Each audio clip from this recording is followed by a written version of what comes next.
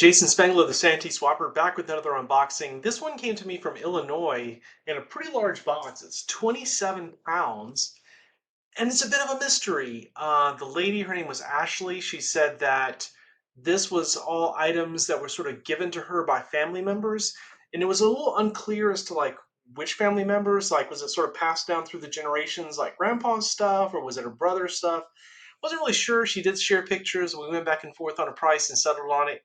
Unfortunately, it cost me $74 to have it shipped because of the size of the box and how far it was coming and the weight. That was even with Ground Advantage, which usually is a pretty cheap option. But irregardless, I really don't know too much about what's in here. I need to cut into it and check it out. I want to do that with you guys during a live unboxing. So let me get in this box.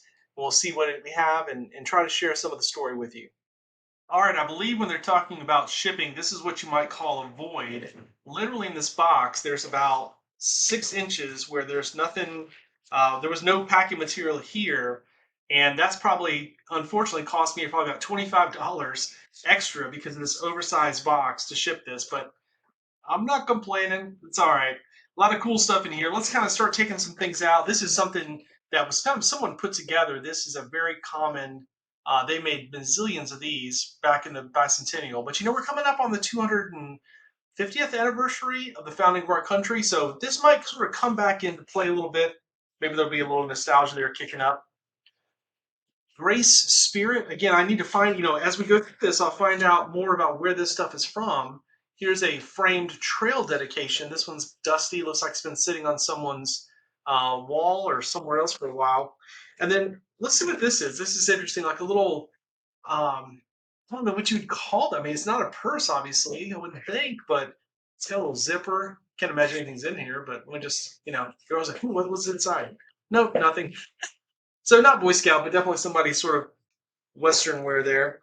And then, gosh, can't complain about this. I mean, gee whiz, thank you, Ashley. This is like, whoa, a lot of 3-inch round patches. Um, this came from Illinois, so there's not really any telling where all these patches are from. I see things on the outside like a Bolathon from Tecumseh District, 1977. Then there looks to be a camp patch, so that's going to be fun to go through that. And that's not all, y'all. Check this out. Whoa! Another big, thick, huge bag of patches. Somebody in her family had a lot of patches. And again, a lot of these are 3-inch rounds, probably from the 70s, 80s, 90s, would be my guess. And then there's some pins here on the bottom, including a couple that look military, and some other ones that are not Boy Scout, but then a couple of neckerchiefs hidden in there. And then there's another one. Oh my gosh. A huge thick bag of patches. Y'all, this is going to take me a long time to go through and sort these patches out, but that's a good problem to have. I'm happy to have that problem. There are a couple, now that I'm curious to look, she had them stapled together. She couldn't seal them all the way. There's a couple of Order of the Arrow flaps tucked underneath here. So here's a Kauai that's out of California and another Kauai out of California. So, when I say that this came from family members, I don't really know. This is 1954 Scenic Trails Council Conserve O-Ree Petoskey. That's a pretty cool looking patch. I like that. So pull that out, and I see there's a 67 World Jamboree jacket patch back there, and then maybe some other patches from California. Yeah, this is one. This is a Western conclave. So, like I said, she's from Illinois, but that doesn't mean where her family's from. And then, gracious, here's another big bag. I mean, like, if this is 27 pounds of patches, I'll be pretty happy. And wait, there's another big. I think this is gonna be one of those unboxing. I'm not sure I'm going to be able to really show you guys all of the ins and outs because there's just so much stuff. But again, if we look here, like here's a Philmont patch from the 1950s, and then here's a Kauai beautiful chenille patch. That is really sweet. Lodge 127. I'd show you a close up of that. And then some other patches, Gateway Area Council. But wait, there's another. Now this one's got a bunch of bolo ties and hat pins in it. So again, this is just a lot of good stuff.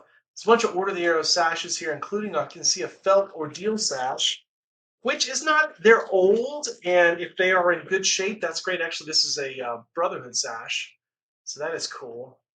and it's in good shape. These are from like the 40s. I think they ended in 1952, if I'm not mistaken. And then here's another one. So this would tell me that there's like two people involved, because why would you have two felt Brotherhood sashes from the same time period? Then there is a cotton Vigil Honor sash. Now, if we had a felt Vigil Honor sash from that time period, we really would have something. But these cotton sashes are a lot more common. But still, somebody was obviously very, very involved in the Order of the Arrow. Here's a host region neckerchief. It says region 7 on it, which would have been that Illinois, Wisconsin area. I don't recall off the top of my head what this neckerchief was issued for. Again, if you're the host region, what event would have been they would have been the host for. This one's got some stains on it. Hopefully I can get that cleaned up just a little bit. See what these other neckerchiefs, more actually the same neckerchief there. It says host region over again. And then this is another one from out west. And here's a cool one from Scenic Trails Council, Indian Drum Lodge 52. I'll have to get this one ironed, which will be really easy, but that's a really vintage old OA neckerchief. Again, as I'm looking through here, I'm seeing some bolos, some of those modern bolos, the ones that have little coins set in them, and then some more sashes that have been kind of used and abused. See what else, if there's anything interesting down in here. Oh man, you never know with these little boxes like this. A lot of jingling going on. So let's see what this is. It's like a military. This is for a goggles. That's what the box is for. And this is where they had all their slides. So, to me, this is definitely that sort of classic 60s, 70s collection where you get a lot of these colorful slides, little plastic ones that they would get for going to events. Some of them were homemade. Like here's one, a little car one. I can't get that off there easily. But anyways, there's like a little car one. So that's, some people do like to get those. And the way I sort of describe that is back in the day, that was the way you could kind of bling up your uniform, was with your own funky neckerchief slide versus having to wear everything else pretty standard. Again, more really cool stuff in Kauai, that lodge out in California. And so I'll have to check that out. In fact, well, there's a name on the back. I'm not going to read it out loud just to protect the family, I guess, but it says thank you, and it has a guy's name, and it says he was the lodge chief of this lodge in 1983 to 84. So I don't know if he was a family member or someone gave this to him, or I don't know, but that's kind of interesting to have a chenille that someone's written a note on the back. And so, what else is down in here? There's another bag. Oh my gosh, I'm gonna have to spend a lot of time. This is gonna take hours to sort all this out. But wait, wait. Every once in a while, this is what I love about these collections, y'all.